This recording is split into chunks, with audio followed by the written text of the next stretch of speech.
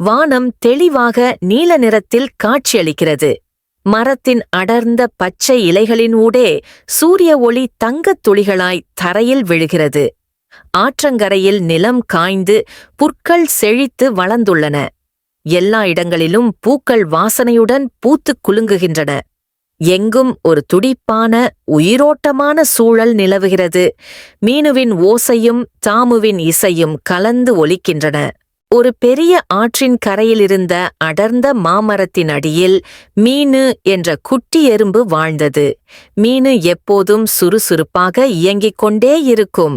கோடைக்காலம் முழுதும் மீனு தனது குளிர்காலச் சேமிப்புக்காக விதைகளையும் தானியங்களையும் எடுத்துச் சென்று கொண்டிருந்தது.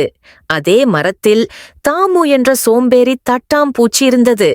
தாமுவுக்கு வேலை என்றால் சுத்தமாக பிடிக்காது.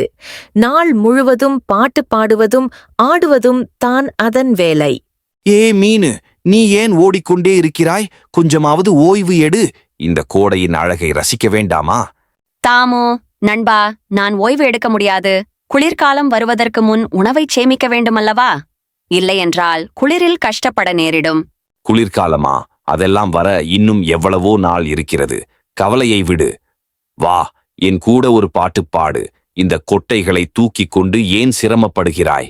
நான் உன்னைப் போல முட்டாள்தனமாக இருக்க மாட்டேன். நான் உனக்கு பாட்டு பாட பிறகு வருகிறேன், தாமு. ஆனால் ஒவ்வொரு வேலையையும் அதன் நேரத்திலேயே செய்ய வேண்டும். இப்பொழுது உழைக்க வேண்டும், பின்னர் அனுபவிக்கலாம். மீனு தொடர்ந்து உழைத்தது. அதன் சிறிய கூடு நிறைய உணவுப் பொருட்களால் நிரம்பியது. ஆனால் தாமுவோ தொடர்ந்து மீனுவை பார்த்துச் சிரித்தது. ஒரு சின்ன விதையை கூடச் சேமிக்கவில்லை. வானம் அடர்த்தியான சாம்பல் நிறத்தில் கனத்துப் போய் இருக்கிறது. கூர்மையான ஊடுருவிச் செல்லும் குளிர்காற்று உசசிஸ் என்று மரக்கிளைகளை ஆட்டுகிறது. மரங்கள் இலைகள் உதிர்ந்து விரைத்து காணப்படுகின்றன. தரையில் மெல்லிய பனி படர்ந்திருக்கிறது. சுற்றுப்புறம் அமைதியாகவும் உயிரற்றதாகவும் மிகவும் குளிராகவும் உள்ளது. மீனுவின் கூடு மட்டும் உள்ளே வெளிச்சத்துடன் கதகதப்பாக உள்ளது. திடீரென ஒரு நாள் வானம் இருண்டது. உறைபனி கொட்டத் தொடங்கியது. குளிர்காற்றும் கடுமையான பசியும் தாமுவை தாக்கின. அதனால் எங்கும் செல்ல முடியாமல் தாமு நடுங்கியது. ஐயோ ஐயோ, என் செய்வது? எனக்கு பசிக்கிறது. இங்கே எதுவும் சாப்பிட கிடைக்கவில்லையே. நான் முட்டாள்தனமாக விளையாடிவிட்டேன். மீனு, மீனு எங்கே? தாமு தள்ளாடியபடி மீனுவின் கூட்டின் கதவை தட்டியது.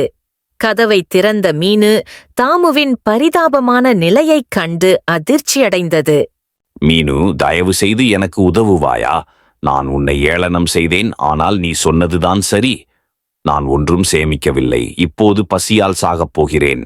தாமு, உன்னை கஷ்டத்துடன் பார்ப்பதில் எனக்கு மகிழ்ச்சி இல்லை. நீ வேலை செய்ய மறுத்தாய், ஆனால் நான் உனக்கு உதவாமல் இருக்க முடியாது. உள்ளே வா. மீன் தாமுவுக்கு தான் சேமித்திருந்த உணவில் சிறிது கொடுத்து குளிரிலிருந்து பாதுகாத்தது. தாமு அன்றிரவு வயிறார உண்டு நிம்மதியாக உறங்கியது. அது தன் தவறை உணர்ந்து மீனுவிடம் மன்னிப்புக் கேட்டது.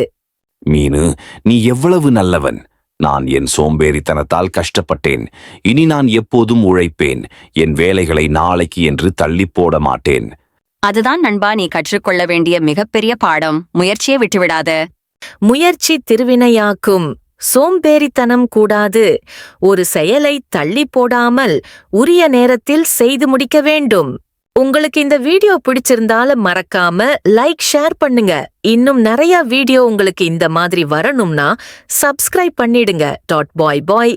எல்லாரையும் அடுத்த வீடியோல சந்திக்கிறேன்.